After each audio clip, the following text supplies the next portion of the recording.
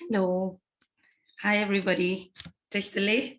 And like always, a very warm welcome to now the final, the concluding session of our weekly virtual teachings by Venerable Geshe Lhakdor. And if I have to number the session, it's the 24th session. So this means, including this session, we have spent together 24 beautiful weeks of great learnings, great sharing, and great fortune, really.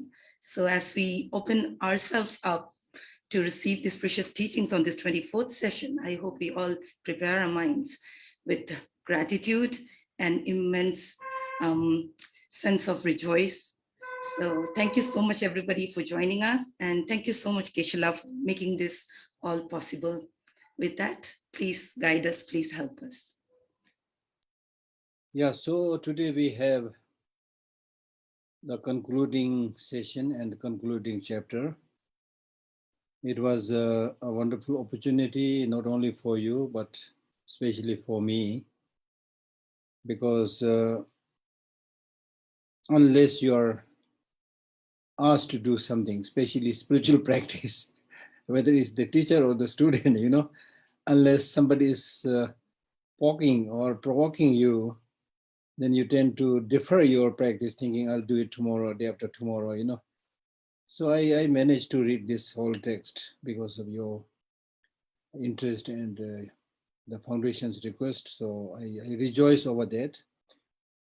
So today we are reading 23rd chapter, which is called The Two Examinations, as is translated in the root text. When among many, watch your words. When remaining alone, watch your mind. So that's basically saying examining or watching your words, or the two examinations are examining your speech or examining your mind, or watching your words or watching your mind.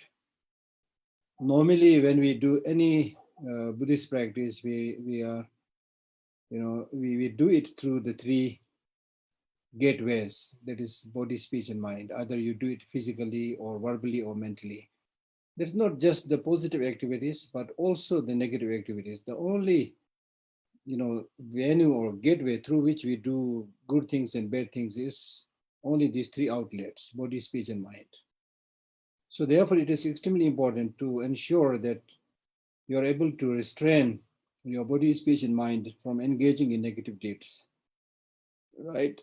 And out of the three, the most important is your mind, because it is the mind, which I normally call it the boss, which tells the body and speech to act in different ways, depending upon whether the mind is positive or negative.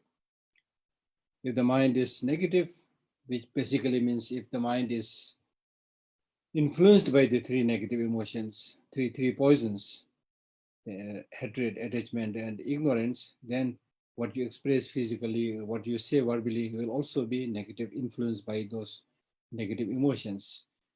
Contrarily, if your mind is influenced by the absence of these three poisons, then your speech, what you do with your body and what you say and what you think will also be positive. So for easier understanding, I am remembering what His Holiness said once when he was giving the teaching, by giving a wonderful example by saying that how the mind, out of the three, the mind is the important one. And he said, for example, if you are, says, circumambulating or going around the temple, so physically you are going around the temple, which looks very nice. And then verbally also you may be reciting something, mumbling something, yeah, or fumbling something, whatever. you may be saying something. But God knows what is going on in your mind, right? So therefore, normally, the doing spiritual practice by one's mind is the most difficult thing. And as ordinary beings, we tend to do those things which are appreciated by others, which are seen by others. Your physical activities, like going around the temple or doing prostration, this is something that other people can see. So therefore, you feel like doing it. You want to make whether you consciously know it or not, but you have deep down this, wish to display whatever you're doing, showing to other people, yes, so good, I'm so good, I'm doing this prostration, I'm going around the temple, things like that. And you may be reciting some mantra. But as I said, even with this, seemingly physical and mental positive practices, what is really going on in your mind is not sure.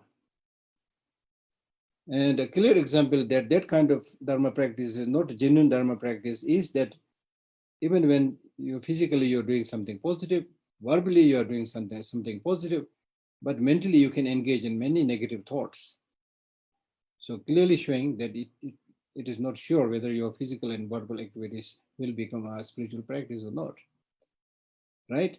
For example, His Holiness gives this wonderful example. For example, you may be reciting the famous Tibetan mantra Om Mani Padme Hum, right? So in the beginning, you may be saying Om Mani Padme Hum, Om Mani Padme Hum. And then normally also we don't pronounce it, properly. Then we might say Om Mani Padme Hum, Mani Padme Hum, Mani Padme Hum, Mani Padme Hum, Mani Padme Hum, like that. And then gradually your mind may be actually thinking not about the mantra Om Mani Padme Hum, but maybe thinking about the money. So the word chanting Om Mani Padme Hum, Mani Padme Hum might gradually might become money, money, money, money. So, and then like similarly, physically, you may be doing something. Mentally, you can think all the nasty things, of competition, of jealousy, and of bullying other people, things like that. So I just today was chatting with somebody, and he said sometimes, our so-called Dharma practice becomes another lifestyle, and we hardly think about it. So there is a story of a person who was, moving this prayer wheel. And then there were other people near him who were talking about killing anyone.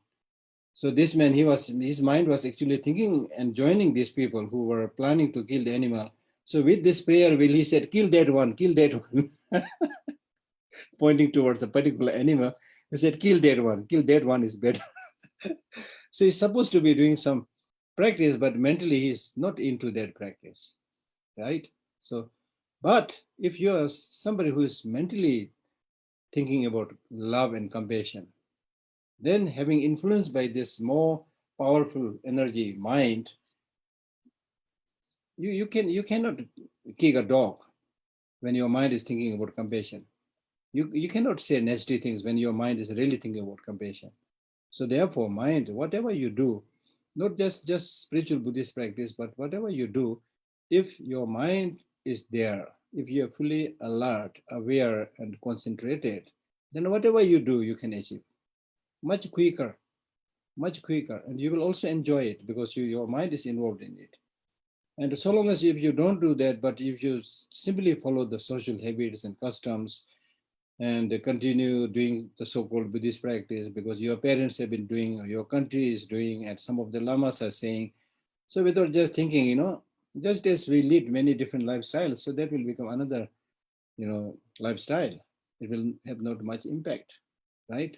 So therefore, it is extremely, extremely important to understand the essence of the Dharma teaching and ensure that we are able to grasp the heart of the teaching and make it relevant in one's life, right?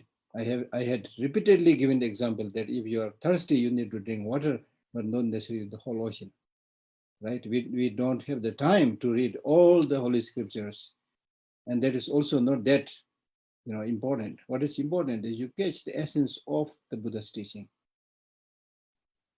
Catch the essence. There is always an essence, like the development of wisdom and compassion is the essence. Like development of morality and understanding of interdependent origination is essence. Like helping others, not harming others is essence. So it's so easy to understand in a nutshell, you see. So do that. Now, if you practice that, everything will be there. If you don't practice that, then just we keep on, talking about various topics on Dharma, that this teacher said that, this teacher said that, His Holiness said that. There's a story of somebody who was a cowherd or shepherd. So every morning he has to take this flock of sheep or cow to the grassland. So every morning, because he is the servant, the herdsman, he has to count all the cows or sheep. And then in the evening also, when returning home, he has also to count to make sure that none of them are killed or lost. So when this has been observed by someone, he went to this person and said, you must be very rich. You own all this sheep and cow, which you count in the morning, which you count in the night. Then he said, no, no, no, I'm just a servant. I don't have even a single sheep or a single cow. I'm just servant. So therefore, I need to count them. So like that, if we become like that, just count different topics of the teaching. And then if you really check what you have with you, if you say I have nothing, it's very, very easy to become like that. Very easy to become like that, because normally we have this habit, when we know the meaning of some word, then we start thinking, I have that quality, I have that experience, I have that knowledge. No. Even when your Lama has asked you to cultivate bodhicitta for a moment, and then you close your eyes and think about it, you feel good, and you almost think that you've cultivated bodhicitta. I mean, that's not so easy like that, you see, right?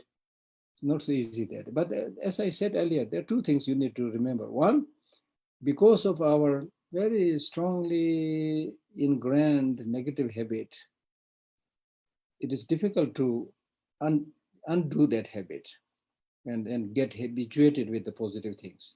So in that sense, it is difficult. But difficult does not mean that it is impossible. If you really catch the essence of the teaching and practice it, you can. The only problem is we are not. I mean, I was reading one text which says that even if you really spend a part of the time that you are spending so much on many other things, mostly less important and in many cases total nonsense, you spend so much of your life and time on those things. And then this teacher says, even if you spend a part of those time and regularly do some practice, you can see the difference, how much change it will bring about. So that clearly shows that we are not able to cultivate these qualities because we are not doing it. We are not spending time to do it, right? So how can you hope to cultivate all these things without making any effort? When we talk about removing the negative emotions, don't think that negative emotions will go away there because they are impermanent. Anything impermanent that will change and go away, right? So negative emotions will just by the change by the passage of time it will go away. It's not like that, because the continuity of the negative emotions, the imprints and habits are, if not challenged, it will continue to arise in you because your mind is a fertile ground for these negative emotions, right? So therefore, we need to make special effort. In addition to the possibilities of change, which is the natural process, we also need to contribute our part, making the effort and fight against these negative emotions and lessen it. So if we do that, it is possible. As I said the other day, that when you cultivate, for example, wisdom, which really sees the root of problem, ignorance, then it's really like lightening a light in a room which has been kept dark for hundreds of years. The darkness has been there in that room for hundreds of years, but just by putting on that light, the 100 years accumulated darkness goes away. So that example is also there, meaning that if you are really able to cultivate that wisdom, I mean, there's a big point there, because many of the mistakes and confusions that we have, that we do, is based on that ignorance. And once you remove that ignorance and sees the truth and the reality is there, then many of the things towards which you are clinging, you're attached, all this will, you will see all this as totally nonsense, totally meaningless. And I had given you this example earlier, citing the quotation from 37 Bodhisattva practices. I had given you this example of rainbow, which looks very beautiful out there. But because the rainbow is just ephemeral and no essence, nothing, and then just because of the appearance of having many colors, if you go there and try to catch the rainbow, you will not be able to do it. So many of us know that. Therefore, we never go to catch the rainbow because we understand that. So similarly, trying to grasp onto many of the things where we normally get stuck if you understand all these things as a rainbow, and that's not easy. You need to spend some time to think why all these things are like rainbow. So that's why we talk about having no independent existence, no intrinsic existence, and so forth. Once you truly, truly understand that, or even get a glimpse of it, then at least that the tight grasping and craving towards this object will be loosened. And that itself will be almost like giving you a great freedom, right? Because there's nothing to hold on to, no meaning. It's like holding on to a dream. And I had earlier cited this example of mother getting the dream of a birth of a child and then the same child dying. Because the child was born, she was happy and laughing in the dream. Because the child is dead, she was crying and having a lot of suffering. But because she was sleeping, she was not awake. But as soon as she woke up, she realized with great relief that, oh, this is just a dream. So it's like that. It's like that.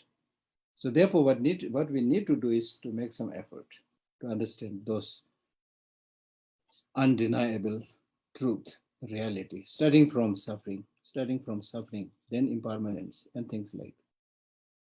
Therefore, many texts decide that it is by understanding suffering you will understand impermanence. It's by understanding impermanence you will understand selflessness. So therefore, in the four seals and in the four aspects of the truth of suffering, when we talk about suffering, impermanence, and so forth, we are not just talking about impermanence of a rock or a mountain. We are primarily talking about our own nature. Our own nature. In our own nature, we have all these different kinds of sufferings, right? And once you understand that nature of suffering, then through that way you will also be able to see that this kind of suffering is there because it is conditioned by the negative emotions and contaminated actions, right? And the life itself is impermanent. And once you understand this person who is suffering has no enduring entity or reality and is impermanent, and then from that understanding, you will also be able to see, therefore, the person has no inherent independent existence. So one understanding of one. So therefore, start, from the grosser level, understand the grosser level of impermanence, then gradually more subtle level of impermanence, then the subtlest level of impermanence, like that. That makes sense. Now, for example, when we talk about grosser impermanence, the example given is like a house collapsing, which even our naked eye can see it. And this, in those of us who listen to the news or live in big cities, we always see that somewhere a house has collapsed and somebody has died. This grosser level of impermanence we can understand through that. Why this grosser level of impermanence is happening? Because underneath, subtle impermanent changes are going on, right? So therefore, by understanding the grosser level of impermanence, you can gradually be able to understand the subtler changes. And when we go to the subtle changes, it's really almost like imperceptible subtle changes that are going on. I normally say this. The life itself everything is in a flux. The so-called life is really nothing but bubbling energy, right? It's bubbling. It has always been compared to water bubble and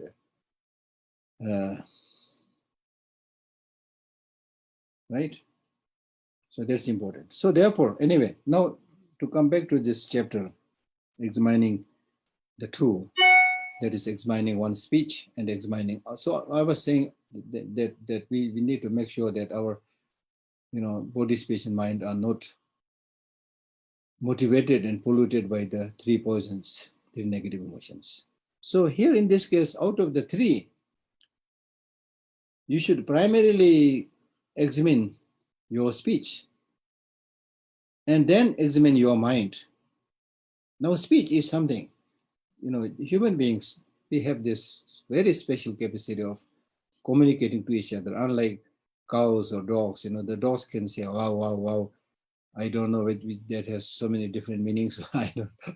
Cow also can say, oh, meow or whatever. But I don't know what kind of different meanings are there. Not much. But in the case of a human being, we have such a sophisticated language and capacity to say so many things. Just by one word, you can make others very happy. Just by another word, you can make others completely miserable. Why? Because people who are listening to us, they're ordinary people. Their minds are not trained. They are very sensitive, very emotional, you see. Even the so-called grown-up people are, at the core, is really like this small innocent children, you see. If you give them a lollipop, they'll be very happy. If you take it away, they'll be very sad. We are all like that, you see. And that we all know based on our experience. So we need to be very careful with the words that we use. Right? So therefore, now to read from the text, Gautam now finally says, my sublime teacher, please listen to me. It's very, very difficult to understand in a nutshell this treatise, which actually summarizes many extensive teachings. So therefore, can you please now give me a profound practice which summarizes all those? I mean, you can see, it's not that Ramtamba is confused or things like that. Ramtamba is really asking for our sake.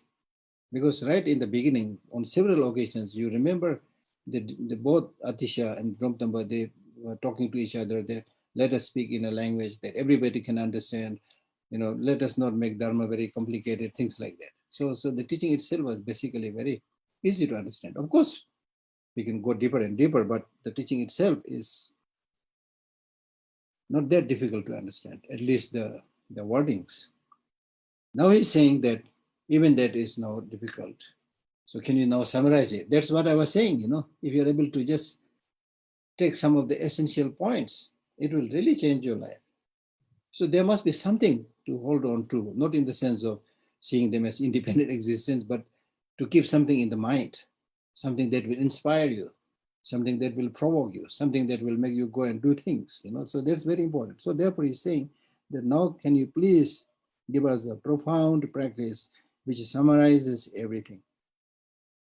Then now look at the answer, Then Atisha says, talking too much is the cause of sin. Talking too much is cause of negative deeds. Having great distraction is the cause of negative deeds. Words of praise, words of defamation, talking pleasantly or unpleasantly, speaking wrongly or even speaking honestly, speaking directly or indirectly, or by defaming, praising somebody, or by praising, defaming something. So there's so many, things that you can do with the language, you see.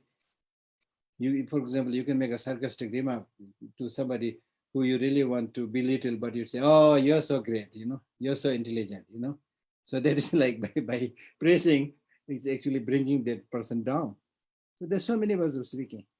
And then sarcastic remarks and saying things out of arrogance. And then engaging in idle gossiping because of afflictive emotions. Then talking about subjects that would provoke attachment, hatred. So many of the so-called novels, if you read them, they will provoke attachment in you or hatred, things like that. And then talking about ignorance and jealousy and talking about arrogance.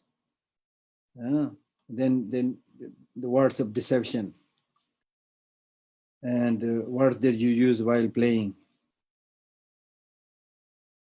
words through which you show that you are extremely clever or you're extremely stupid, or words which would bring laughter among people, or words that you can use to bring down great leaders, or ordinary talking, and words which would say kill or hate, or digging the fault of other people, or words of flattering others, and self-promotion, and words about business, and words expressing different aspirations, words about war and conflict and fighting, words about talking about masculinity and things like that. So all these words, Atisha is saying this, all these words that you are using, it may look small, but it might induce great afflictive emotions. Because sentient beings, they are basically the product of negative emotions. And therefore, as ordinary beings, they have this negative emotions like jealousy and anger as a kind of inborn quality, right? So therefore, you need to be very careful when you speak to others. For example, while you are praising somebody, it may be provoking other people.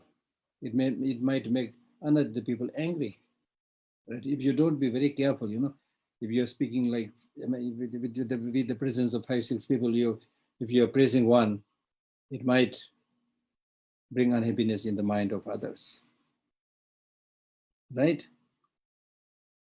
So and through that, when you praise somebody and someone else gets angry, and then because of that anger, the foundation of virtuous practice is destroyed. And then the words that through which you give bad names to other people, or making sarcastic remarks, right? Or you may be just for one praise you might receive 100 defamations. So the fault of wrong speech is that by using wrong speech, you will be inviting enemies. You will be inviting enemies. And the fault of speech is that by using wrong speech, you will lose many of your friends and relatives. And to make a long story short, at the end of the day, the fault of speech is that it is said that if you lie or engage in gossiping, things like that, then in the future lives, your tongue itself will be used as a field, and on which cultivation will be done, things like that. So even forget about the wrong use of word. Even if you use very soft speech, right? But if you speak too much, then depending upon the intonation, right? Again, it will hurt others. Because even if you are praising somebody, that person may not receive that praise in a good sense, but he might take it as a kind of personal attack. So therefore, just by praising, you might make somebody as your enemy. And if you praise somebody who is already negative and bad, then that would again, of course, provoke that person. And if somebody is already good, even if you praise, they'll not be happy because they don't want that kind of praise. So therefore, it is always better not to speak too much.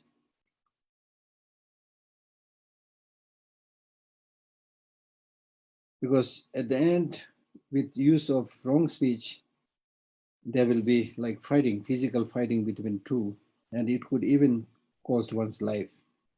And the result will be to be born in a negative state of existence. So therefore, it is intelligent, it is important to guard one's speech. And I've said many times that nature has given us 2 ears, 2 eyes, only 1 mouth. So that means you should you should listen more, see more, and speak less. And His Holiness the Dalai Lama has repeatedly said, if you speak more, you will not learn much. But if you listen more, you will learn many things from other people, right? Many of us, and I belong to that category, many of us don't have this patience to learn patient, listen patiently to others. But before even hard, even before somebody finishes the sentence, you just say, oh, no, no, no, no, no. You start speaking, you see. So, right? So therefore, there is a Tibetan saying which says, "Marmar chela dapo majam na riri ulang goji shiyung." This is a Tibetan saying, which means, Marmar, I don't know how good I'm going to translate this. Marmar chela dapo majam na. This reddish tongue, if you don't take care of it, then this roundish head might get beating. Okay, right? And so therefore, the speech that we use, even though it is not sharp like a blade, but when you use wrong speech towards somebody, it can chop other people's heart into pieces. Meaning right? So we should be very careful. As Nagarjuna in his letter to the friend, he says, if possible, your speech should be like honey. If not, at least it should be like a flower. But it should not definitely be not like a filth. Some people, whenever they say something, it just makes everybody unhappy. So therefore, you will notice some people who are so talkative and so hurting that as soon as they see these people, they'll just walk away, go away from that person. You see.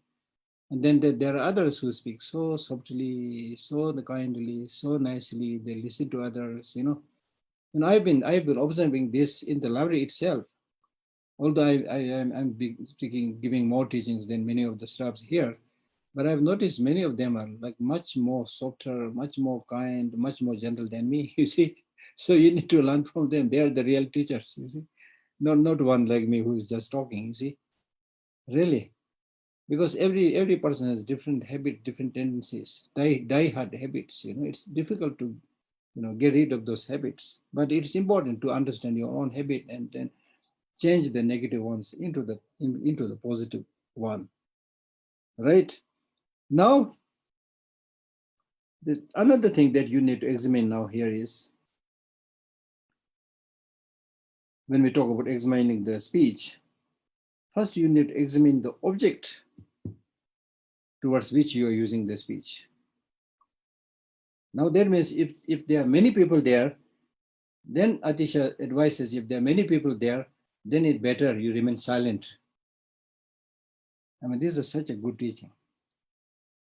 And if there are people who are devoted and faithful, then it's good you speak, share good things. And if there are people who are really learned, and then praise them. If they're people who are really disciplined, then you should praise their great sense of discipline. And if you find really kind-hearted people, then talk about practices. They'll appreciate it, and you will learn from them. And if you see very sinful, negative people, then you should gently avoid them, gently avoid them, or deal with them in a manner appropriate to them, right? Because what he is saying is, even if your motivation is good, you cannot change other people like that. You see, you need to be very kind of diplomatic or very skillful, right? But if whatever you're going to say, it's really going to be a positive counter force, then you can speak that out. Otherwise, you should restrain all this force of the speech. Second, when you speak to others, first, do not let the word come out from your mouth. Just hold it at the throat. You're thinking to say something, but before letting it go out, just hold it in the throat. Just hold it in the throat. Nothing. Then think what I'm going to speak. Is there any expectation? By saying this, I'm expecting something from somebody, or not expecting anything, whether there is attachment or hatred or not, whether there's clinging to personal benefit and profit,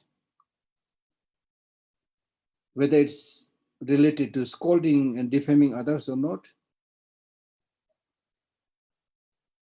whether it's whether it's going to be an idle gossip or not, or lying or not, divisive talk or not, or are you going to make a sarcastic remark or not, whether it's going to harm other people directly or indirectly, whether the word you're going to use is that of a Arya or learned one, or ordinary talking, whether what you plan to talk is meaningful or meaningless.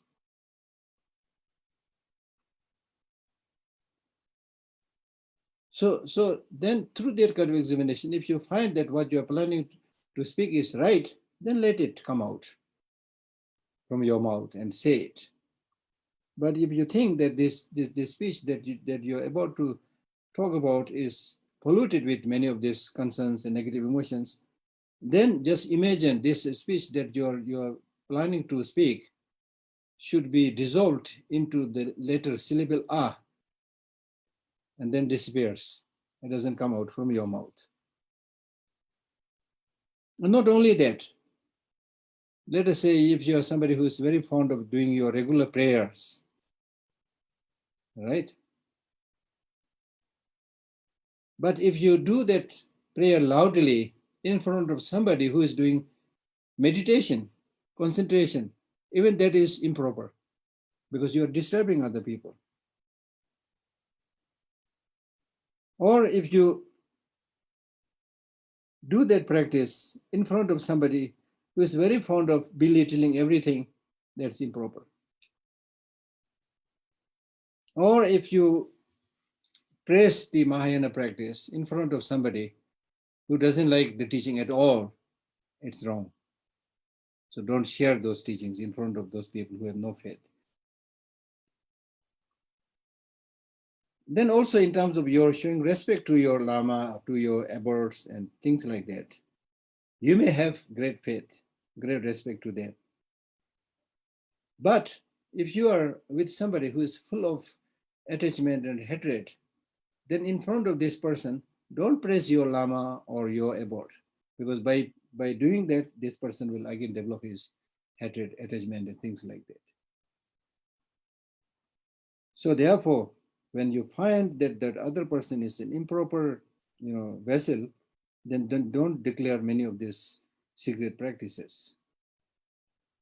So in short, until and unless you have clairvoyance, if you have clairvoyance, then of course you will know properly whether what you're going to speak is going to help others or not others. So until you have actualized clairvoyance, it is primarily important to restrain your speech,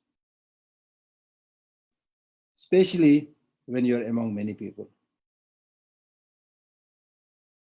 right?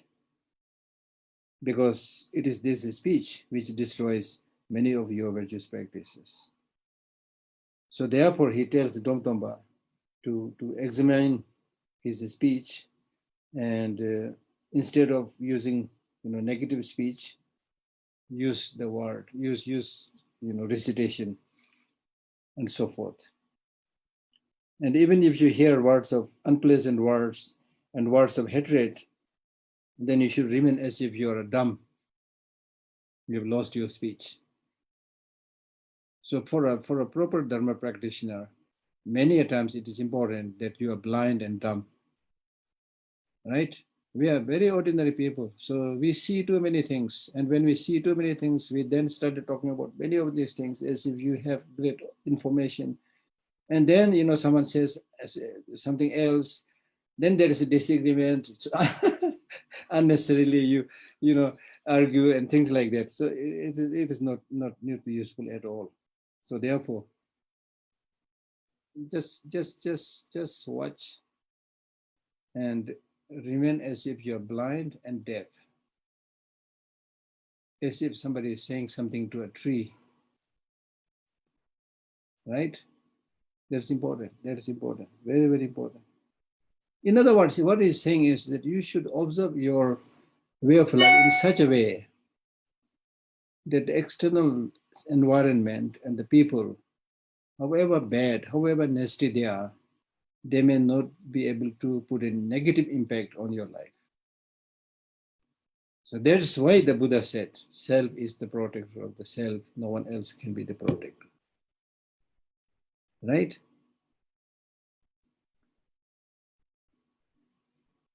So that's why I cited this quotation from somebody where it is said that before I was intelligent, so I planned to change the world. But now I'm wise, so I've started changing myself. That's the only way to change the world also. Right? So therefore, it's important to develop a way of life where your body, speech, and mind contributes to the well-being and happiness of others.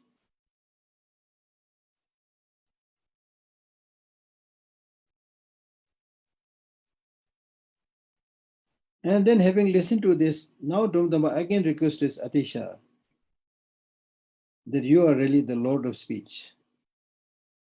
Somebody whose speech is not tainted with any negative emotions. Kindly listen to me, you the supreme teacher.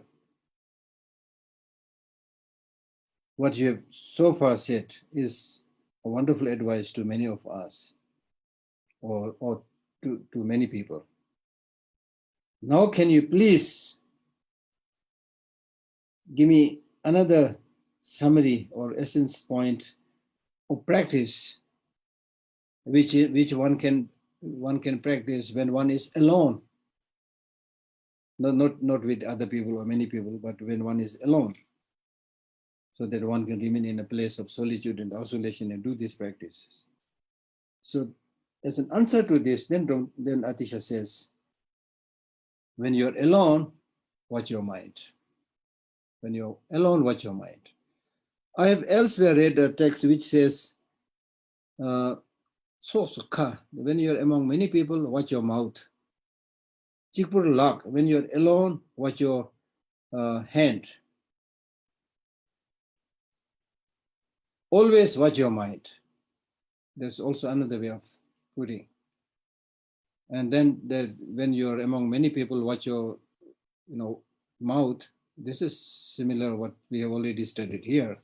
And then the second one, when you're alone, watch your hand. That means, for example, if you are in the house of somebody alone, and then the house members, they may have gone to the kitchen to serve you tea or cooking something, and you're alone sitting there. Then sometimes there may be risk of stealing something. So even if you don't steal, out of curiosity, if you touch that beautiful cup or glass lying there, and unfortunately, if that beautiful cup or glass slips from your hand and it breaks into pieces, that will be again a big tragedy, shame, you see. So therefore, watch your hand. Watch your hand. It's very important. I mean, these are all taught not only in the text, but this pandemic is teaching us, watch your mouth. Huh? Masking up. Masking up. Washing your hand. See? Watch your hand. And the other day I was reading a text, Buddhist text, which says these two hands, it's very interesting and will be very useful during the pandemic also. It says these two hands symbolizes the method and wisdom. The method and wisdom must go together. And as an example to this, the text says, when you want to remove the dirt of the two hands, both the hands must wash together, helping each other to remove the dust. It's a beautiful example. Luckily, I've found reading in a text, which is very, very appropriate during this pandemic also, you see. So when you wash your two hands, it's not only, removing the virus, but also you're cultivating the method and wisdom, remembering about the need to combine the practice of method and wisdom together. So these are all like, truth is truth.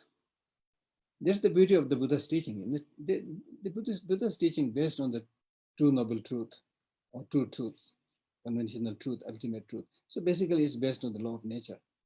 Law of nature will always be whatever it is. You cannot cheat it. Impermanence will be impermanence. Suffering will be suffering, right? It will be there. Death will be death. It will be there.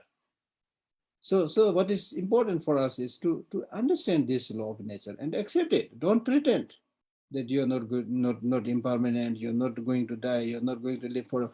You repeat this 100,000 times, pretend that you're permanent, it will never be permanent. You can't change it, right? You can't change it. Therefore, it is important to accept the reality. So therefore, when you're alone, watch your mind. And when you talk about watching the mind, the important thing is if there is no mind, then there will be nothing that will perceive the object. And when the mind doesn't go into the object, then there's no question of developing attachment, anger, hatred, and so forth, right? But then because of this, now you find out, okay, it is the mind. So what is the foundation of the mind? Whether the mind has intrinsic independent existence or not. In the Buddhist schools of thought, even the Chitta Matras, the mind-only schools, they refute, external existence. But they say the mind has true existence.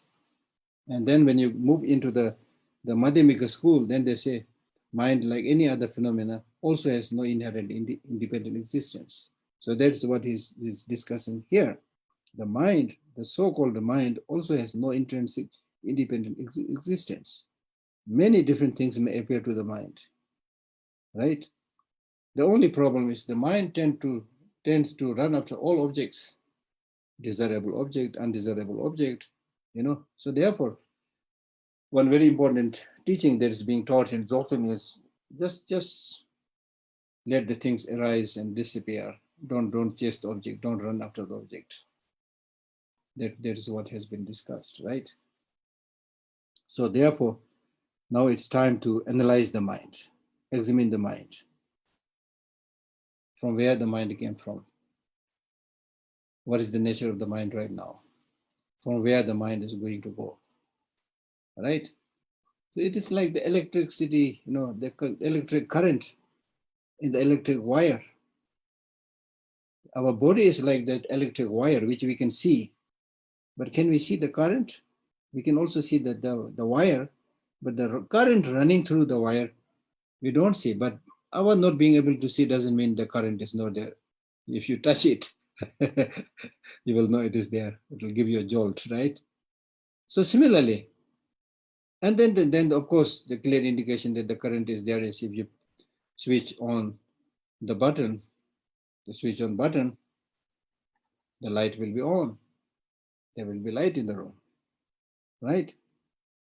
But then if you analyze from where it came from, what is the present nature, how far the mind is continuing to go, then you won't find any concrete, solid mind which you can pinpoint your finger and say, this is the mind, right? As one very important Indian Buddhist master, Guhya Garbha, he said, in whichever of the six realms you are born, this inborn natural awareness, the mind, which is like a queen, is really, really powerful. Really powerful. And then he explains the nature of the mind by saying, the mind is really like a monkey in a house, or it's like the lightning in the sky, or it's like the cloud which comes and goes, right?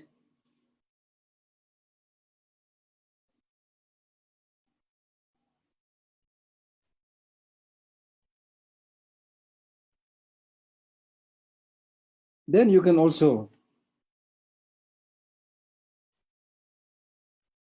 when the mind goes towards a particular object, let us say physical form, then how does the mind look? What is its nature? Whether it has a shape or color. Similarly, when the mind goes after sound, the mind goes after the sound, but whether the mind itself has, like when the mind goes after the physical form, it's going after the physical form. But in the case of mind itself, has it any shape, color, physical form? You won't find it. Similarly, when the mind goes after the sound, the mind itself doesn't have that sound. Similarly, when it goes to the taste, and so forth, towards all the sensual objects. So therefore, you will find that mind is basically a conceptually fabricated thing. But then you also examine that conception, that conceptuality, right?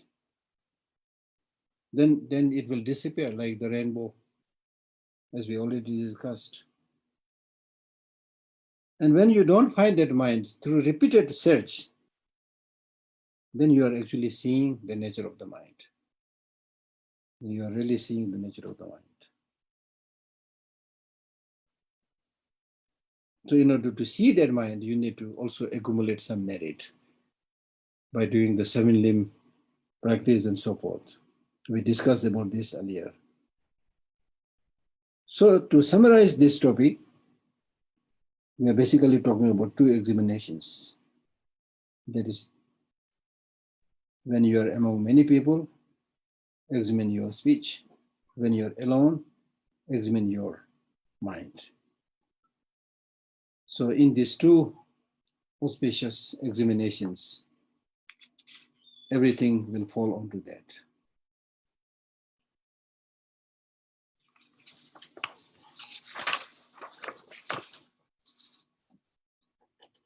So this completes the 23rd chapter. So this text is composed by Atisha himself. So that's it. Finish much earlier, or where are we? Now we still have 7 precious minutes. 7 precious Can minutes. continue. Yeah.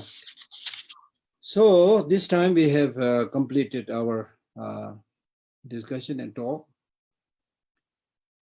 As I have always been saying, it is not enough just to have, one lunch or one breakfast or one dinner. We need to eat regularly. So similarly, in the case of this spiritual food also, we need to really read and think regularly, and more importantly, practice as much as possible. Because life is short and we have no idea how long we are going to live. So therefore, make this human life meaningful. So living is not just breathing. Living means that you are helping and benefiting many other suffering sentient beings. And that is actually the essence of the Buddha's teaching, as much as possible. Because if you do that, then even when you die, people will remember you. There is something that will remain almost like, immortal. But as somebody, correctly said, what you do for yourself gets lost quickly, but what you do for others remains immortal. Many people get benefit from it, like what the Buddha did more than 2,500 years ago. What he did. And because of that altruistic, teaching, and because of his insight into the way things are, he used to, the other day I was reading a book, a story of the Buddha, and he said that he walks almost like 25 kilometers every day from one village to another village, from one place to another place, sharing his teaching, helping other people, things like that. So I saw a similarity with His Holiness also. His Holiness also used to travel much. Not because he fancies moving into different restaurants or hotels and seeing different places. He hardly sees any place properly because he's always attending conferences, talks, teachings, and then sleeping, and next day the same routine, you know. So I had this first-hand experience with him, you see. So he's not going to different countries as a tourist, but he really goes around trying to help, you know, people and raise their spirit and raise their integrity, raise their self-confidence, things like that. It made so many changes in the mind of the people. It really has brought so many changes, much more than what many, you know, short-sighted leaders are doing through force, right? So what you achieve through that way is much more long-lasting. Because it is, I mean, the good news, I always call this, you know, in Buddhism we call it Buddha nature, but I prefer using the word good news is that if you look closely, you know, I'm really amazed with the goodness in the mind of everybody, rich or poor, or even very desperate poor people. You know, basically they have this willingness to do something good, not to unnecessarily tell lie. This is there. Out of necessity, they may be like sleeping and they may be like doing something negative, but deep down, they expect something. They expect to live. They expect to be happy. They expect that things change, you know. I saw this clearly everywhere. That's great news. That's good news. That's really good news. Because the wish to have happiness, all of us. I started the teaching by saying we all want happiness. And nobody can deny that. Not only we want happiness, we want a long-lasting happiness. So this, right from the birth, having this long-lasting wish to have happiness is good news. This itself shows that if you make that attempt in the right direction, you have the capacity to get the long-lasting happiness. Nature is telling you that you came into this world with the slogan that I want long-lasting happiness. Why you made this slogan? Nobody asked you to make that slogan. It's there with you. That longing is there with you. So that longing shows you have the capacity. In Buddhism, we call it Buddha nature. You have the capacity. The only problem is you have this longing, but you are not making an attempt to fulfill that longing, that wish. You silence that wish, that longing, by running after ephemeral, seemingly glamorous things. You run after these things, and then you get sidetracked. So that's why if you read texts like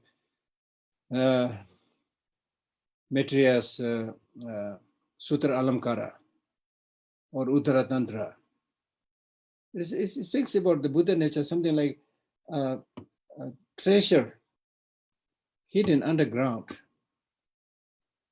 It is there, the treasure is there. The only thing is you need to excavate a little bit and remove the dust over that hidden treasure. And once you're able to do it, it is there, the treasure is there.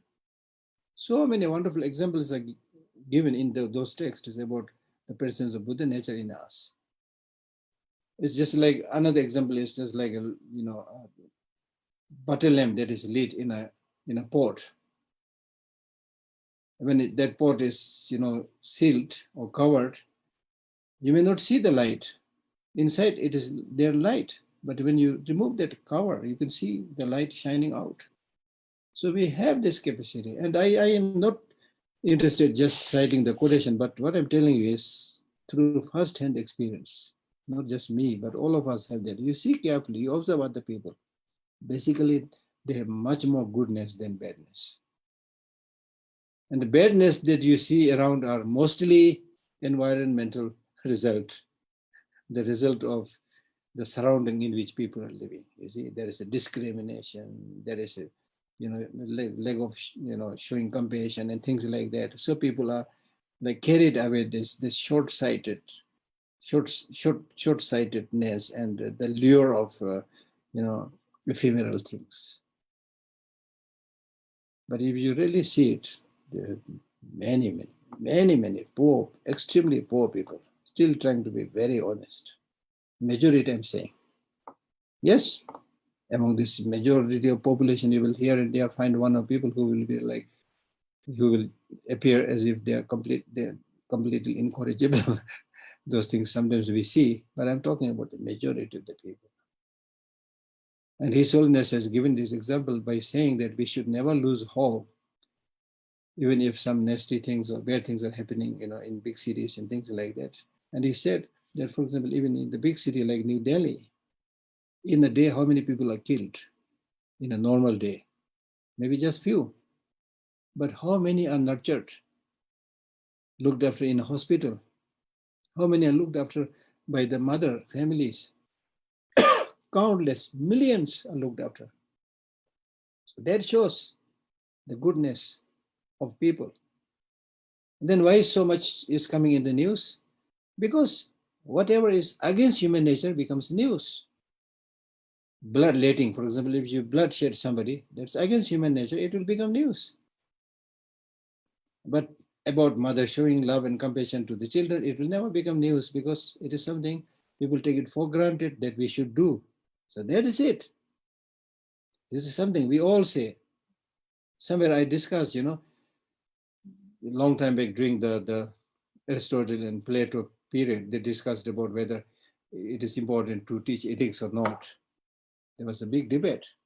This debate arose because most of the people thought ethics is something that people will naturally do. No need to teach it, you see. So the point is we really have this goodness there. And you can say it, I can say it with first-hand experience. So that's good news. So therefore what we are trying to do through Buddhist practice is to let that Buddha nature shine out by being kind, by being nice, you see. As I said, it depends on the surrounding, If you really change the surrounding a little bit, people to really, really get transformed. And so that's why proper education to the younger generation is the most important thing. Because in the future, the world leaders have to come from these young people. And we should really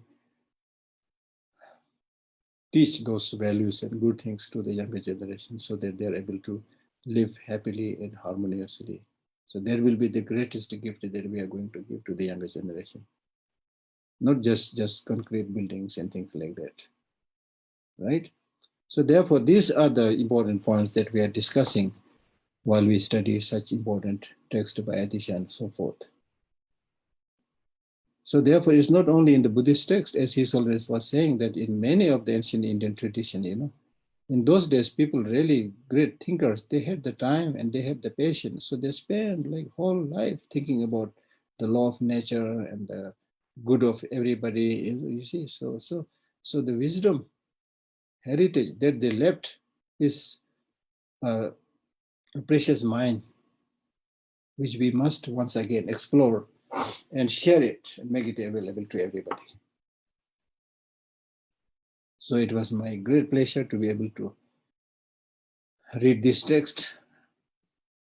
And I would like to thank His Holiness's Foundation for Universal Responsibility, Rajivla, Norjinla, and Sri Namjila, and everybody who's involved. And then I would also like to thank all the listeners. I'm unable to see all of you, whoever is there, but I'm definite there are a number of people who are listening. And I also personally received a few letters from some of them appreciating the talk and that they benefited, which is my pleasure because you have given me opportunity to collect a little bit of merit. So I would like to thank all of you. All right, so I stop talking here. As Atisha says, don't speak too much.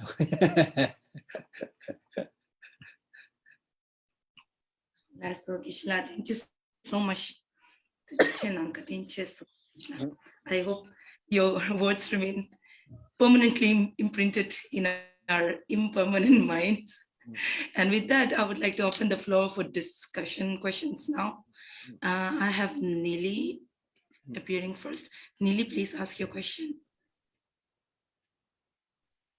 Oh, hi, hello. I just wanted to ask something. If we really say that, all phenomena, we can treat them as, rainbow, as you said, or um, dream or illusion in various ways. So from where would really come, I would say, the motivation or the source to do any activity, or, in any, or to do artifact or teaching or anything in one way or another? Because if we say the things are really dynamic and it will change anyway, so, you can do it in one way or another because it doesn't really matter. I mean, and we are aware in any profession that, things really change according to circumstances and needs and stuff like that. So there isn't there is a bit of a contradiction, so I was wondering how to deal with this question. Yeah, you asked these questions earlier also. I remember very well. More or less, you asked this question earlier also. So, So so, I'm debating with myself. but my answer will be on many levels. This is a little bit complex issue, because what kind of response you should give depends upon what level of your spiritual practice is. There are highly advanced spiritual practitioners like Milarepa. He's not interested in art and carpentry and all those things. These are of no importance to him at all. So there's very high level. You don't need this. Then on a much more lower level, let us say our own ordinary level, then our own ordinary level, we talk about the two truths, conventional truth and the ultimate truth. Conventional truth is the means and ultimate truth is what you get from those means. So that means we cannot suddenly jump into the ultimate truth. Even though things are like illusion, you cannot suddenly say, oh, everything is illusion, I will not stop eating, No, right? So because so in the realm of conventional truth, we need to eat, No, the problem here is normally to our ordinary mind, we tend to think that if the art you make or the people you love, if they are not permanent, then if they are changing, if they are like rainbow, then what is the fun of making love with this person? What is the fun of creating this art? That's what we tend to think, you see. So that's, I think, big wrong understanding. Wrong understanding. In fact, the beauty is there because it's changing, not because it is permanent.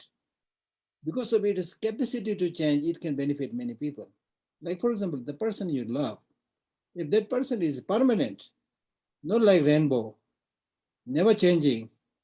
I mean, imagine if there is a person who never changes, who never smiles. Never changes means never smiles, right? So Right. so imagine, So then there's no need for you to love that person, or there's in fact no hurry to love that person because he'll be there all the time until you get completely bored. Now, the beauty of love is there because that person is changing. Number one, with his changing, there will be changing expressions, beautiful things, beautiful qualities. That person is going to develop qualities which he has never had before. He's reacting different things, learning different things. That beauty is there's a growth. Just like flower, you see. Right?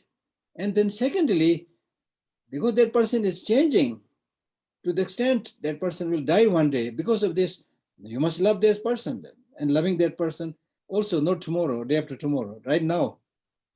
yeah, Because that's tomorrow that person will be there or not there, it's not sure. So don't worry about whether it's there or not. But right now you love that person, you see. This is the moment. so the moment is not a rainbow. Moment is rainbow. Like for example, the best example that you can get is dream. The dream that you get in the night is changing all the time. But even that dream can affect your emotion. If you get bad dream, you get nightmare. If you get good dream, you even laugh while you are sleeping, you see. So anything changing or anything like rainbow doesn't mean they are not there. Rainbow is there. Rainbow is there. When people when they see the rainbow, they feel happy, they take photos. So the fact that it is changing doesn't mean that it is not there. So therefore, your art is there, your beauty is there, your sculpture is there, these are there. But what we are saying is, these are there. We are not saying that they are not there. These are there, but don't grasp onto them, because they don't exist as you think. Because we tend to think not only the rainbow is there, but because it is beautiful, we tend to think that the rainbow is there forever. It exists from its own side. And we develop grasping and clinging. That brings problem. Rainbow is not the problem. The nature of rainbow is not the problem. The problem is how you perceive these things. Right? Yeah.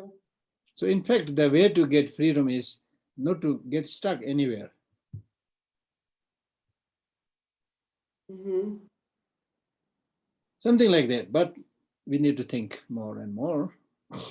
Yeah.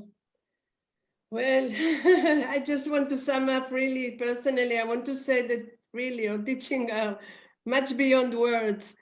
And Yeah, thank you. I received your letter, beautiful letter. Thank you. and if you can suggest it, Rajiv and both of us read your letter. Thank you. Yeah. No. But if you can suggest, any other platforms that you will be teaching in the near future, I think everybody will be very happy. So I'll let you know. I'll let you know. So really, thank you, and just be safe. My pleasure. Yeah. Shalom. Shalom. Yeah. Thank you, Nili. Thank you so much, Kishla. We have questions from 2 more people. So I'll request Dinara to ask her question now. Thank you very much, Geshe. My question is, really is very difficult to keep silence in the society, because the people like discuss about these problems, about these opinions, but how to be in this case when people want to speak with me.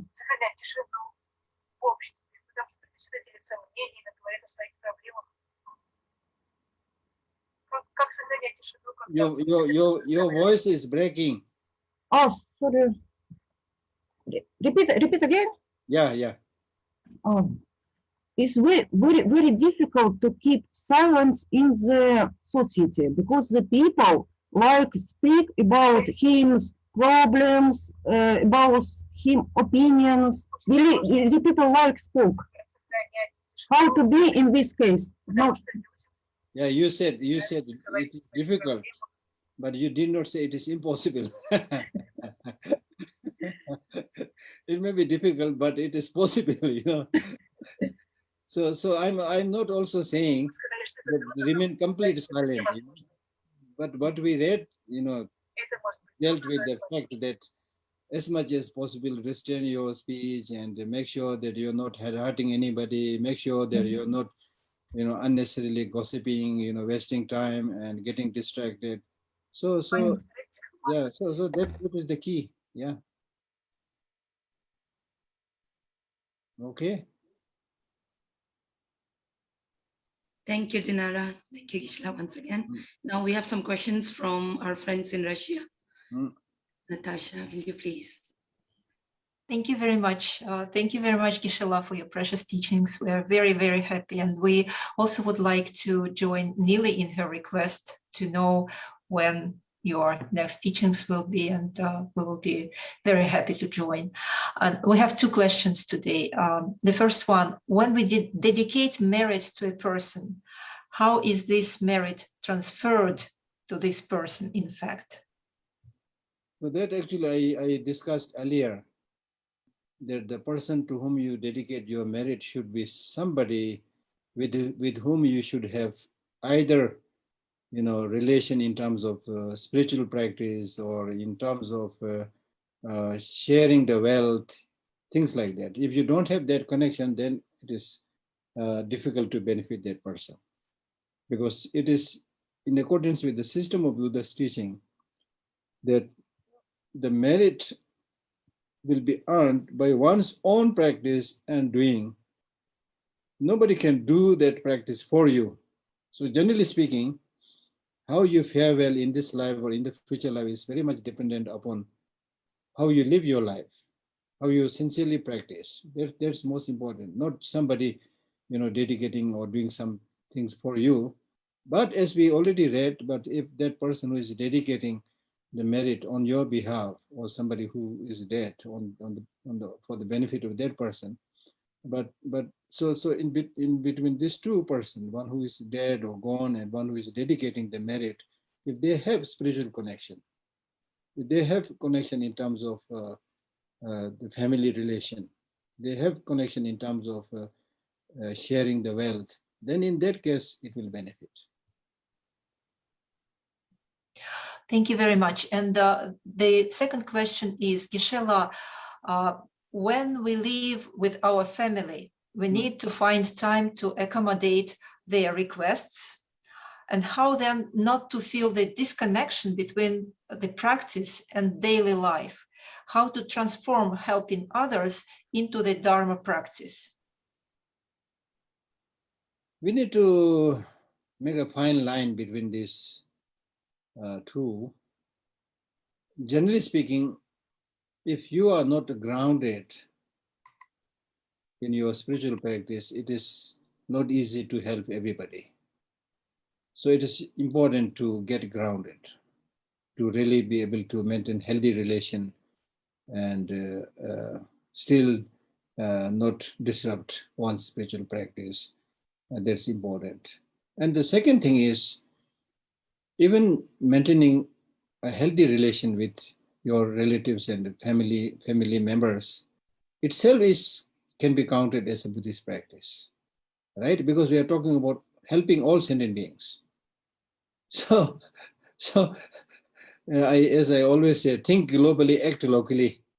It's easy to talk about helping all sentient beings. First, you must be good with your family members. If you're nasty with your husband and wife and then talking about global peace, this is just a joke, you see. So think globally, act locally. That's the thing. So maintaining a good relationship with your family members is a good thing. But at the same time, you need to take your own stand so that you also get your time to do the spiritual practice, and especially not to go in the line of doing unhelpful or negative things. So it's not easy, not very easy, because in many cases the family members will be very demanding, because they know how to live the ordinary life. They don't know anything about spiritual practice, you see. So I've met many people who family, the fathers and the parents, they are very worried about the marriage of their son or daughter, and then getting a job and earning money. That's the primary concern, you see. That's understandable to some extent. This is the way the world lives, right?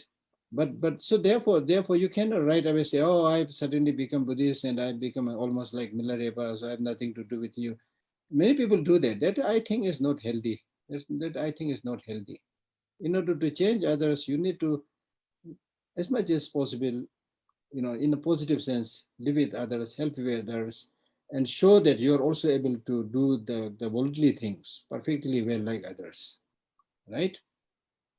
It's not that you are somebody who has lost the battle with the ordinary world and then as an excuse you talk about a spiritual practice. I've seen a number of people like that, you see. They are neither good here nor good there. Then they say, oh, I'm going to do a spiritual practice, which is just a lame excuse, So don't do that. Don't do that.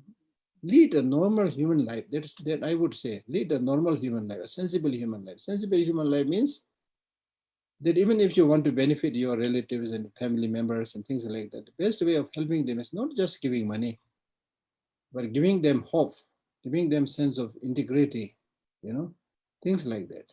And that in the long run will help everybody, right?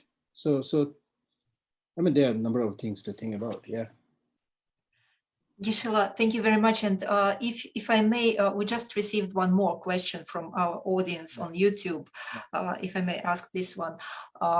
When I do something bad, I accumulate negative karma, right? Mm-hmm. So how to correct this negative karma? And the second part of the question, is there such a thing as a karma of a family?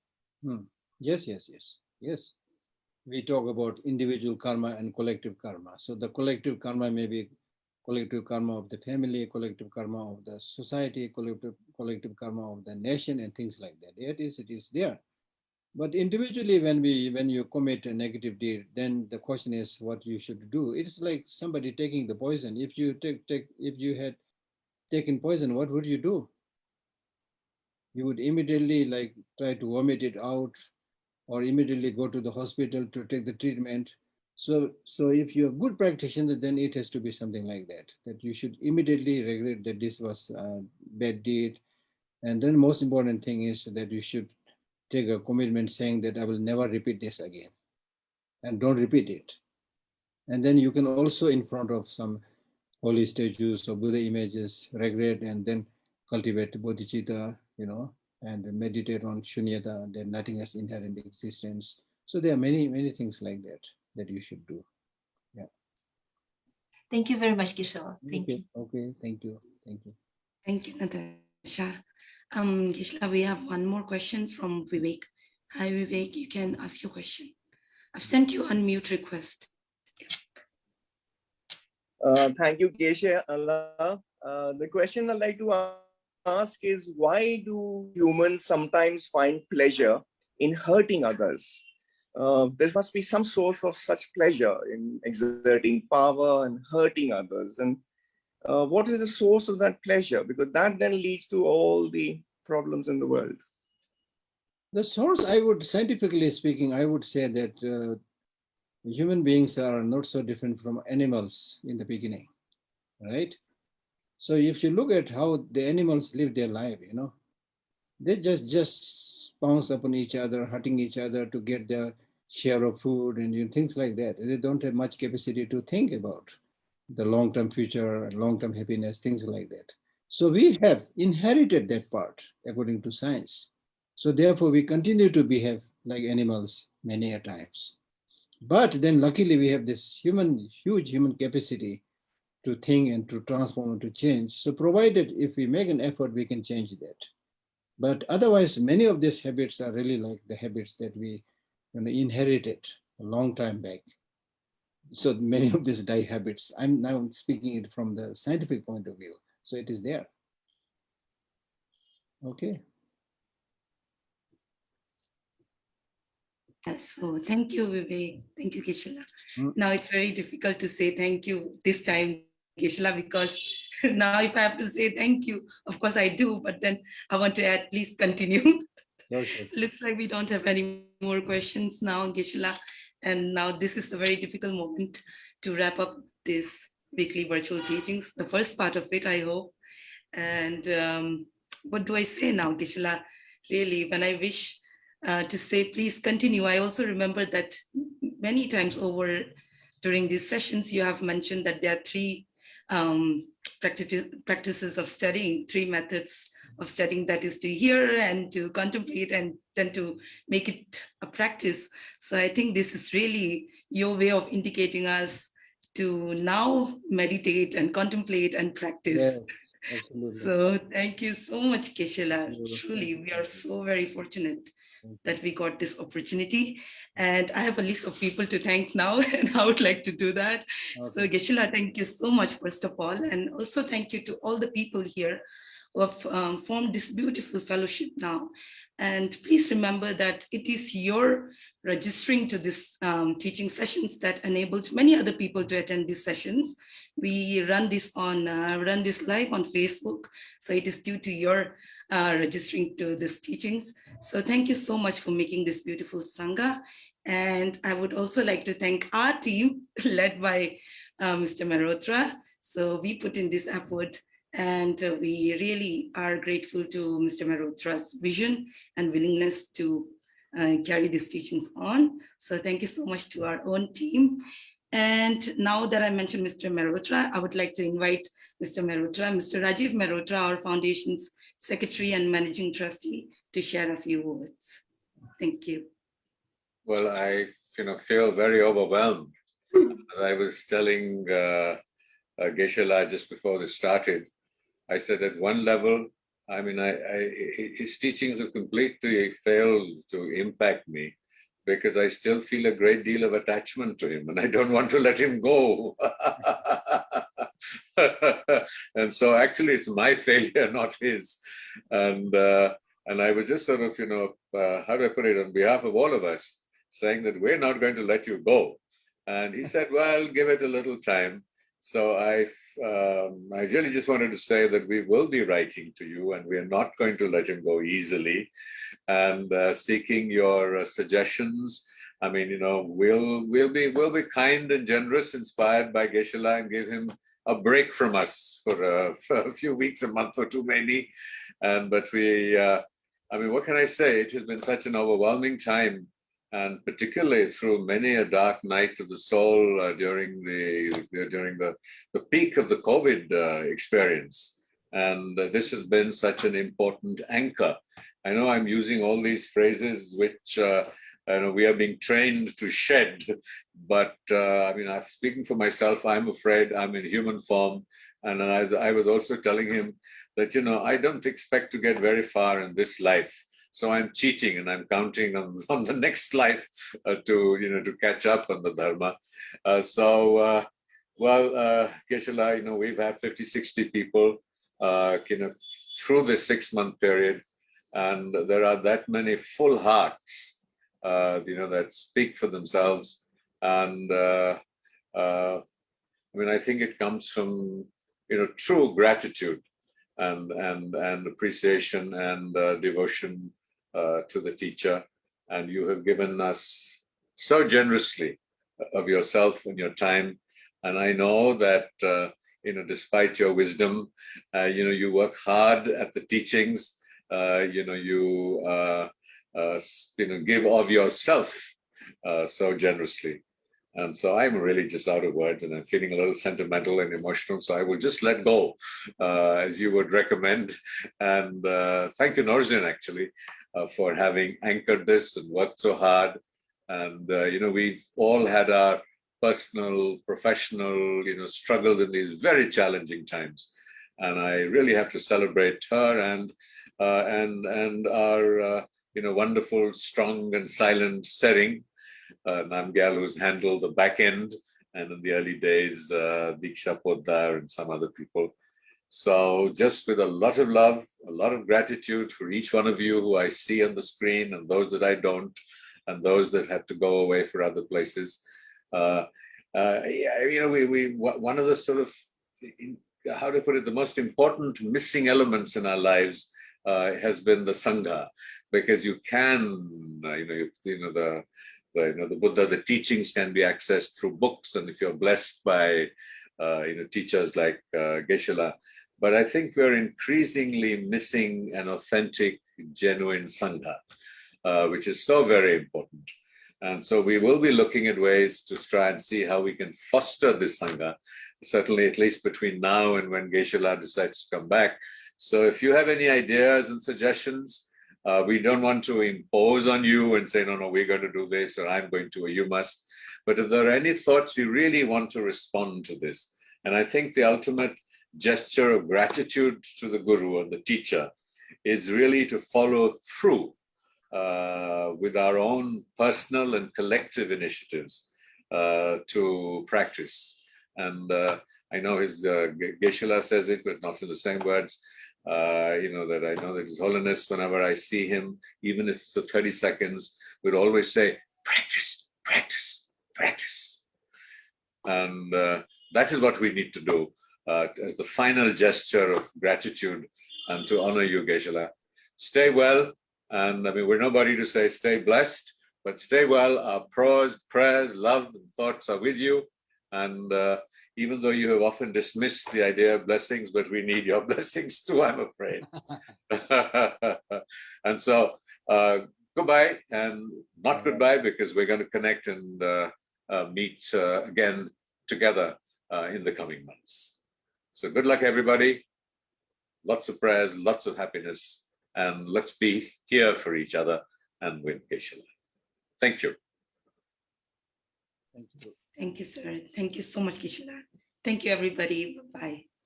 Thank you. Hopefully see you soon.